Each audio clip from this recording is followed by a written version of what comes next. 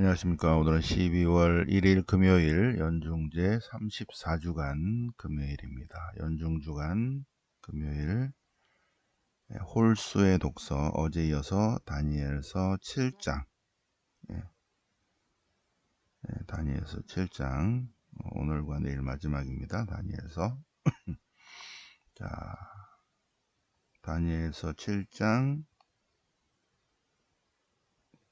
13절 다니엘서 중에서는 7장이 제일 중요하고요. 그죠? 7장 13절 여기에 사람의 아들 같은 이가 구름을 타고 사람의 아들 다니엘서 7장 13절에 사람의 아들이라는 표현이 계속 신약성경 안에 계속 나오는데 신약성경에 나오는 모든 사람의 아들은 요 사람의 아들입니다.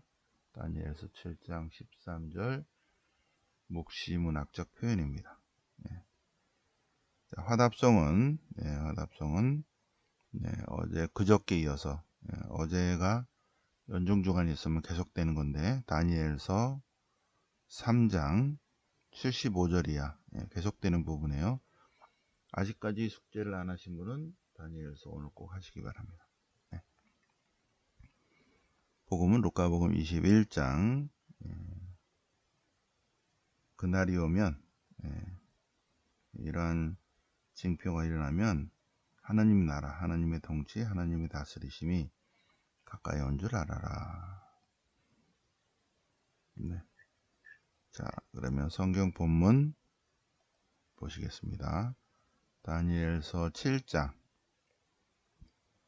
어제까지는 6장 미드라시 문학이었고요. 교훈적 이야기 형식을 띤 문학 7장부터 12장까지는 묵시문학입니다. 묵시문학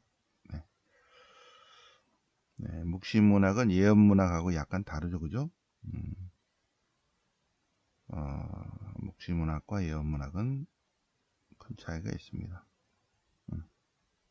자, 다니엘이 네 마리 짐승을 한시로 보는 내용입니다. 그런데 여기서 이 묵시문학 안에서의 배경은 바빌론 느부카드네자르 그 아들 벨사차르인데 그런데 사실은 마이너스 160년경이니까 시리아 시대죠. 그죠? 시리아 시대. 시리아의 안티오코스 4세를 상징하는 부분이 많습니다. 그래서 시리아의 안티오코스 4세니까 한참 뒤죠. 그죠? 그래서 첫 번째 동물은 아시리아. 두 번째 동물은 바빌론. 세 번째 동물은 페르시아. 네 번째 짐승은 알렉산더 대왕입니다. 알렉산더 대왕. 상징으로 첫 번째 동물은 사자 같은데 독수리 날개를 달고 있고, 두 번째 짐승은 곰처럼 생겼는데 입속에 이빨 사이에 갈비 3개를 물고 있고, 세 번째 짐승은 표범처럼 생긴 또 다른 짐승이 있는데 등에는 날개가 또 있고, 근데 제일 무시무시한 것은 네 번째 짐승이다. 네 번째 짐승. 그래서 첫 번째 짐승 첫 번째 짐승 아시리아. 두 번째 짐승 바빌론. 근데 지금 이야기의 배경은 바빌론이잖아. 그죠? 여기 바빌론 임금이잖아. 그죠?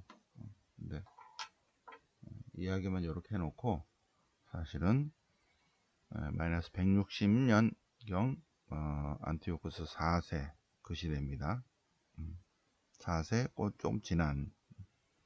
첫 번째 아시리아, 두 번째 바빌론, 세 번째 페르시아, 네 번째 그리스, 알렉산드로스. 네.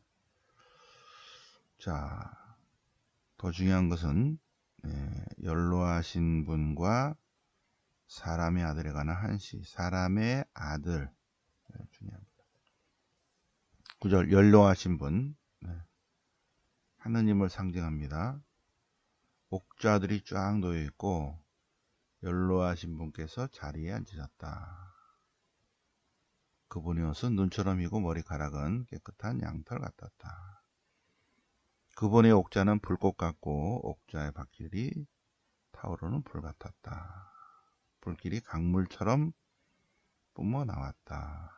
그분 앞에서도 터져 나왔다. 이렇게 밤의 환시를 보고 있는데 사람의 아들 같으니가 하늘의 구름을 타고 묵시문학적 표현입니다.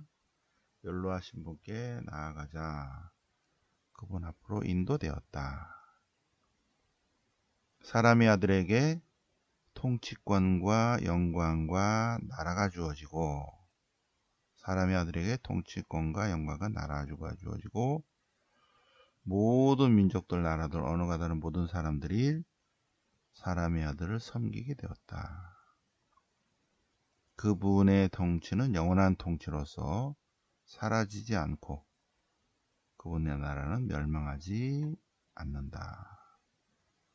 사람의 아들 같으니, 사람의 아들 같으니 마이너스 163년경에 최종 완성된 묵시문학입니다. 그런데 표현을 이렇게 써요. 사람의 아들 같으니. 그래서 신약성경에서 오시기로 된 그분을 묵시문학적 표현을 씁니다. 그래서 7장 13절, 여기 13절이죠. 여기 사람의 아들. 그래서 예수님께서는 당신을 말씀하실 때 나 메시아는 이렇게 예언서에 나오는 메시아 그 표현을 쓰지 않고 묵시문학에 나오는 나 사람의 아들은 그렇게 말씀하십니다. 항상 마테오, 마르코, 루카, 요한복음에 전부 다 나 사람의 아들은 많은 고난을 받고 죽임을 당하여서 다가 3일 만에 다시 일으킬 것이다. 나 사람의 아들은, 그때 사람의 아들은 요 표현을 쓴다. 묵시문학적 표현. 여기 사람의 아들은 때가 되어서, 종말의 때가 되어서 오시는 하느님이십니다. 하느님이 인간의 모습으로 오신다는 거죠. 때가 되면. 그런데 구름을 타고 연로하신 분 앞으로 나아간다. 그분의 통치는 영원한 통치. 그분의 나라는 멸망하지 않는다. 묵시문학에서는 이렇게 천사가 풀이를 해줘야 돼요. 천사가. 요거는 내일 독서입니다. 그러니까 내일 독서니까 내일 또 보도록 하고요. 네. 자, 그러면 시편이 화답송은 다니엘서 3장. 새 젊은이의 노래. 아직까지 숙지 안 하신 분은 51절부터 쭉 하시기 바랍니다. 여기 월, 화, 수, 목,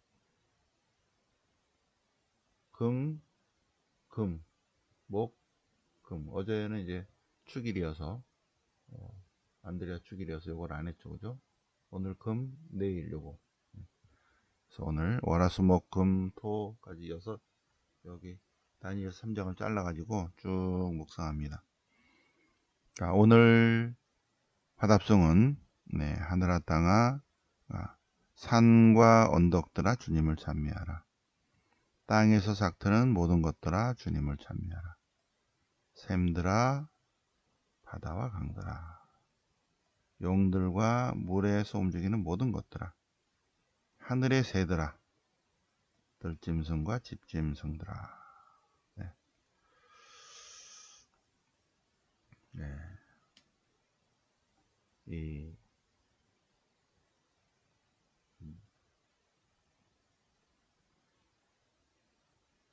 이게 이제 창세기 안에서 창세기에서 빛을 창조하시고, 하늘과 땅과 바다를 창조하시고, 땅의 식물들을 창조하시고, 그 다음에 넷째 날은 태양과 달과 별, 다섯 번째 날이 물고기들하고 하늘의 새들입니다. 그죠? 여섯 번째 날이 요거 집짐승, 들짐승, 그리고 인간이에요. 이 안에 창세기에 관한 것이 다 들어있죠. 그죠? 빛은 없지만 첫째 날 빛, 둘째 날 하늘, 셋째 날 땅과 바다, 그래서 땅의 식물들, 넷째 날은 큰 빛물체, 작은 빛물체, 별들, 태양과 달과 별, 다섯 번째 날이 해군과 그리고 공군, 육해공군 중에서 해군이 제일 먼저 나온다고 그랬죠. 바다와 물에 사는 모든 것들, 물에 사는 생물들, 그리고 하늘의 새들, 해군이 먼저 나오고 그 다음에 공군, 여섯 번째 날 육군들, 집짐승, 들짐승, 그리고 사람이 나오죠. 그죠? 그 순서대로 쭉 하고 있습니다. 네. 저는 빛과 어두움아, 빛을 창조하시고 하늘과 하늘, 첫째 날 빛, 둘째 날 하늘, 셋째 날 땅과 바다, 그리고 식물들 땅에서 싹 트는 것들이 있죠. 그죠? 네. 자, 한번 쭉 창세기 1장도 한번 써보시고요. 요거도 한번 창세기 1장을 한번 써볼까요? 숙제. 네.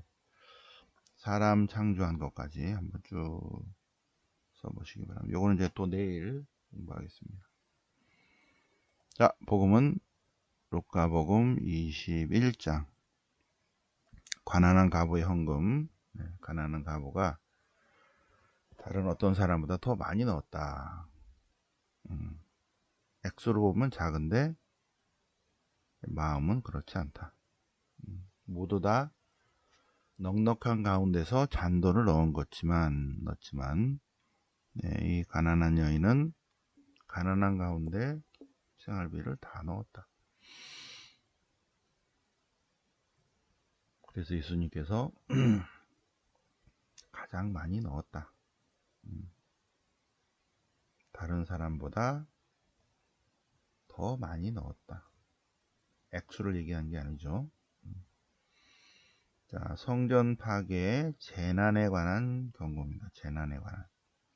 성전 파괴 70년 8월 29일 성전 파괴에 대한 예언의 말씀,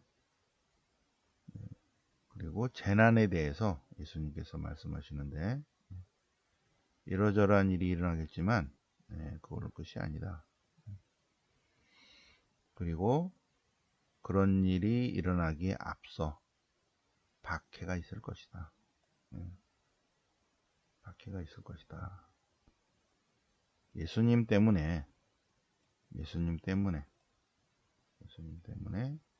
많은 박해가 있을 것이다.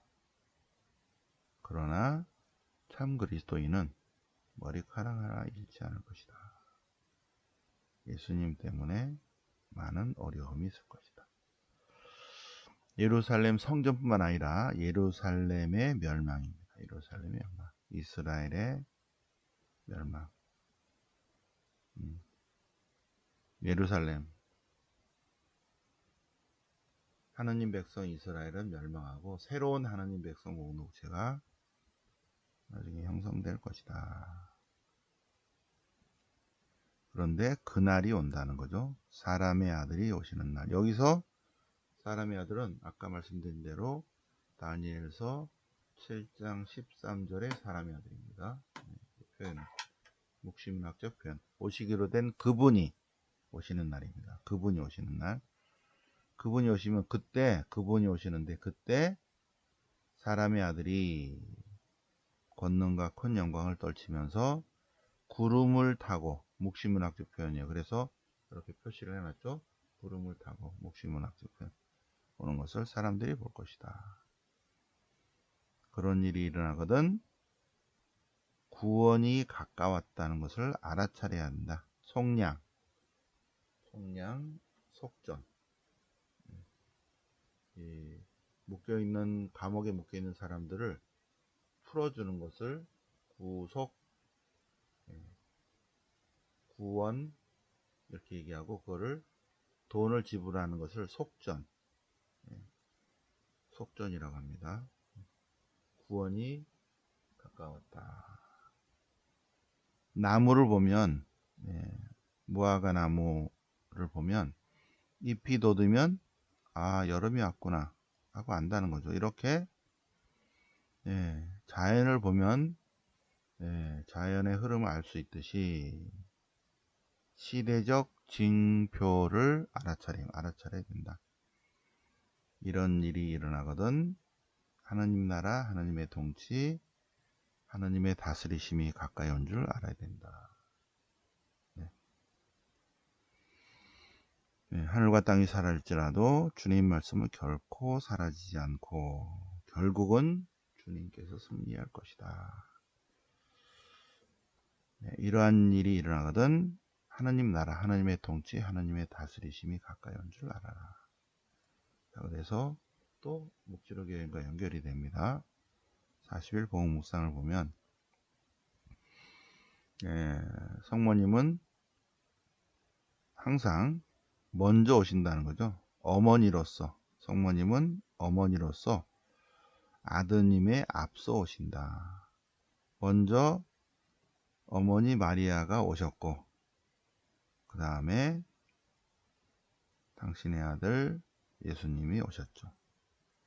예수님이 다시 오실 때에도 성모님께서 오셔서 주님께서 오시는 그 길을 닦으실 것이다.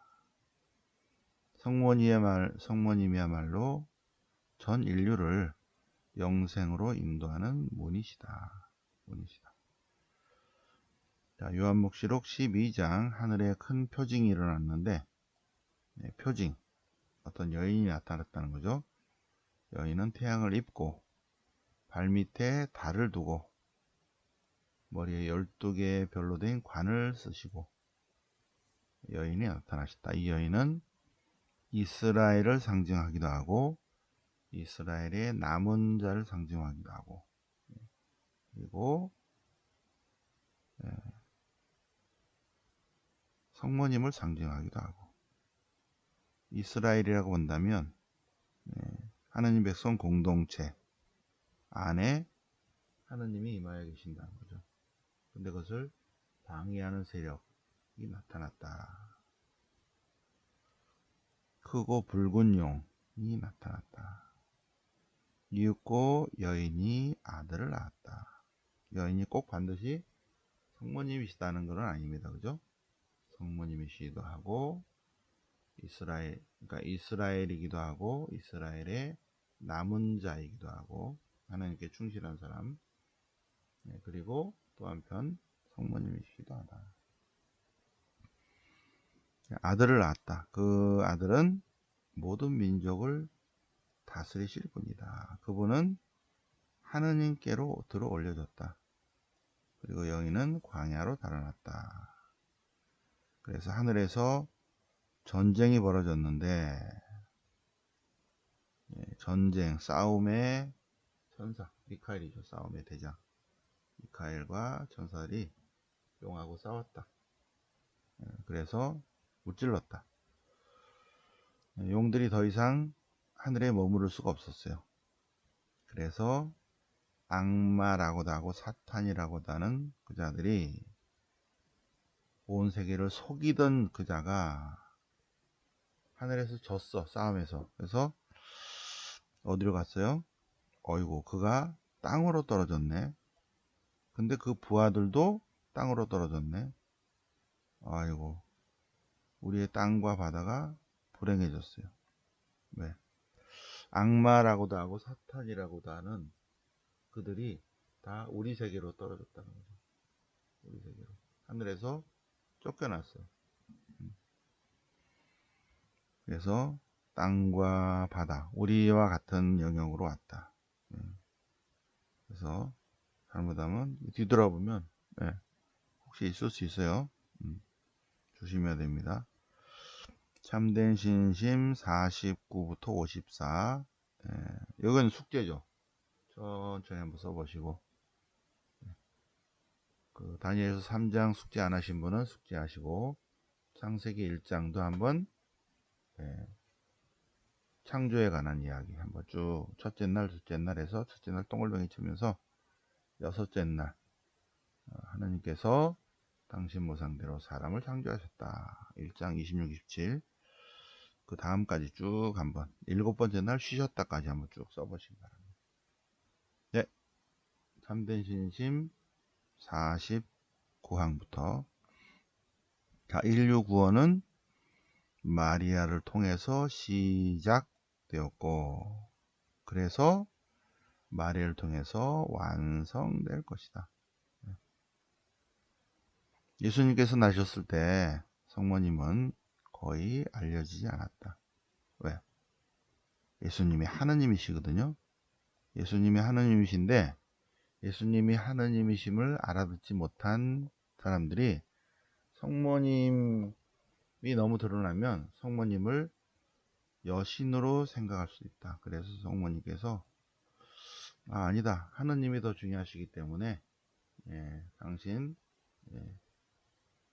하느님의 피조물인 마리아는 그냥 조용히 살겠다 했다는 거죠. 하느님이 오케이 한 거래요. 자, 예수님이 다시 오실 때, 그러나 예수님이 다시 오실 때에는 분명히 드러날 것이다. 더 이상 이제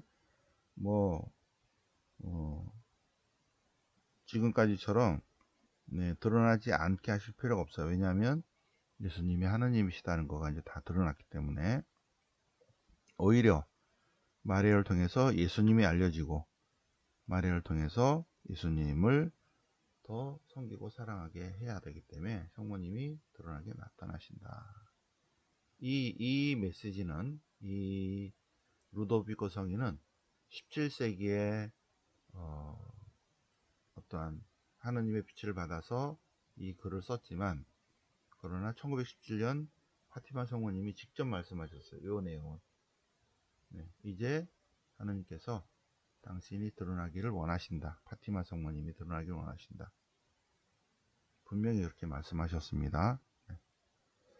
자, 그러므로 마리아를 하느님께서는 50항 하느님께서는 마리아를 만민 앞에 드러내 보이시기를 원하신다. 근데 그것이 이루어진 것이 1917년 파티마 성모님이십니다.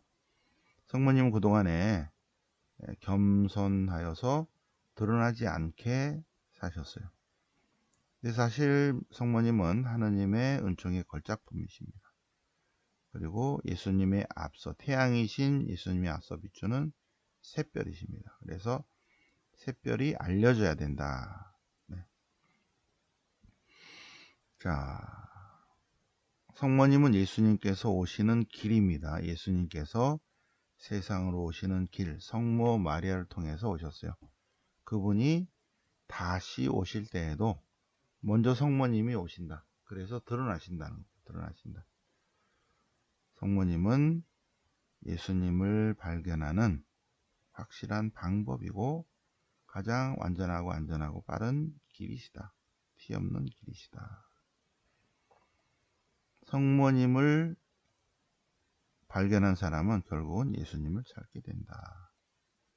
성모님을 찾아내지 못한 사람은 계속 관념 속에 머무르거나 다른 곳을 헤맨다.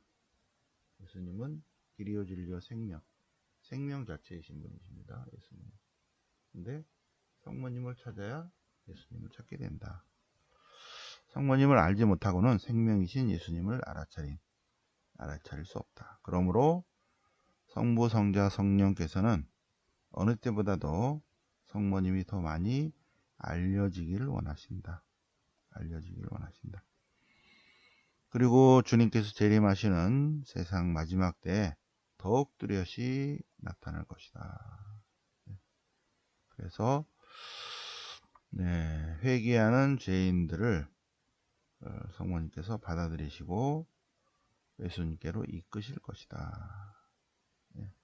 그리고 참된 성모 신심을 가진 토요신심 회원들을 북돋우고 용기를 북돋우고 부축해주고 하실 것이다. 그런데 마지막 시대에 어둠의 세력들이 가만 안 있을 것이다. 박해할 것이다. 무시무시한 박해를 가해올 것이다. 특히 누구? 성모님을 알리는 사람들, 참된 성모 신심을 가진 사람들을 맹렬히 공격할 것이다.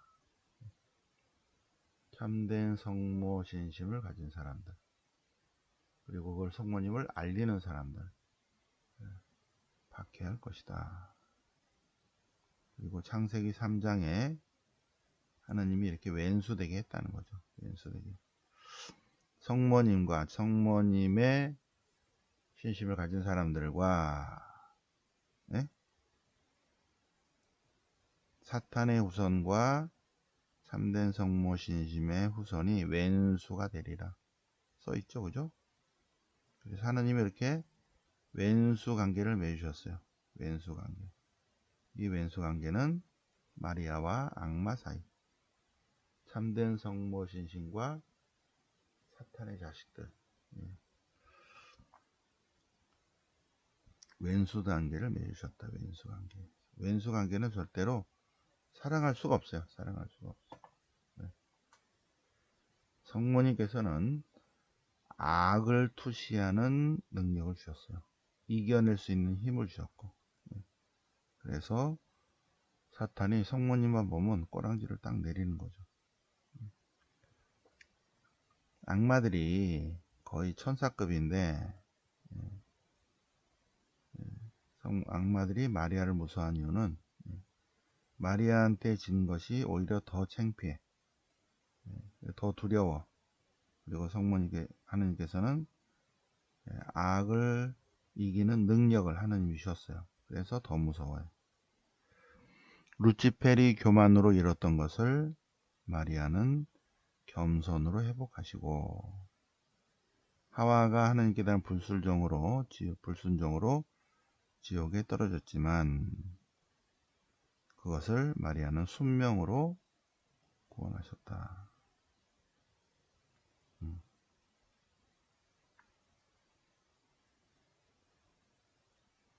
하와는 뱀의 말을 듣고서, 하와는 뱀이 속삭이는 말을 귀담아 듣고 자신과 그 자식들을 멸망에 빠지게 했는데, 마리아는 하느님의 말씀에 순명하심으로써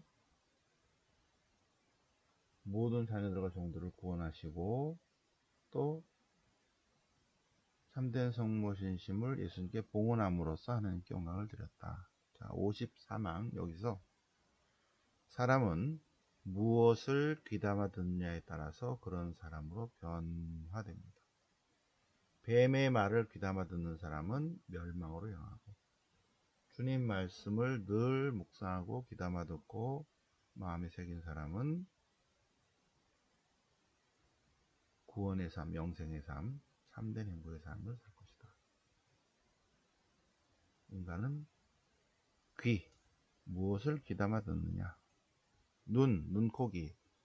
인간은 눈, 무엇을 바라보느냐. 코, 무슨 냄새를 맡느냐. 그리스도의 향기를 맡느냐. 귀, 무슨 말씀을 듣느냐. 입, 무엇을 말하느냐에 따라서 점점 그렇게 변해 갑니다. 뱀의 말을 들으면 멸망에 빠지고, 주님 말씀을 귀담아 들으면 구원받고 영생의 삶을 살고 참된 행복의 삶을 살고 진리를 따르는 삶을 살고 하나님께 영광을 드릴 것이다.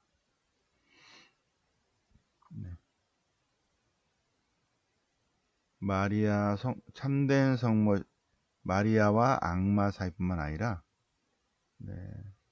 참된 성모 신심을 가진 마리아의 자녀들과 악마의 자식들 사이에도 왼수 관계를 맺으셨는데, 왼수 관계.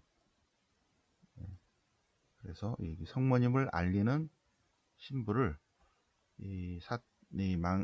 사탄들은 가만 안 두죠. 그냥 헐뜯고 욕하고 거짓 선전선동하고, 그래서 절대로 사랑할 수가 없어요. 사랑할 수가 없어요. 콩사탕들하고는 절대 사랑할 수 없습니다. 자, 결국은 성모님께서 승리할 것이다. 딱 파티마 메시도 그러죠. 파티마 메시도 결국 내가 승리한다. 요한복음에서도 예수님께서 결국 내가 승리한다 말씀하십니다. 자, 참된 성모 신심을 가진 마리아의 종들은 발꿈치가 다른 지체에 비해서 이렇게 비천하고 초라한 것처럼 모든 사람으로부터 천대받고 경멸당하고 짓밟히고 박해받지만, 그러나 마리아의 종들은 성덕에 있어서 훌륭하고 고결하고 불타는 열성으로 모든 사람들보다 더 뛰어날 것이다. 하나님의 은총과 축복 안에 머무를 것이다. 외적으로 보기에는 비천하게 보이죠. 발꿈치가 그런 것처럼. 그러나 성모님의 도우심으로 참된 행복의 삶을 살 것이다. 여기까지. 여기까지. 자, 참된 신심 49부터 54항까지 굉장히 깊은 내용입니다. 천천히 한번 쓰고 묵상하고 해보시기 바랍니다. 내일은 첫토의 신심입니다. 가정성화를 위해서 묵주기도 하고 미사공헌하겠습니다. 첫토의 신심에 많은 참여 바랍니다. 네, 영광이 성부와 성자와 성령께 처음과 지지 항상 영원히 아멘. 성부와 성자와 성령 이름으로 아멘.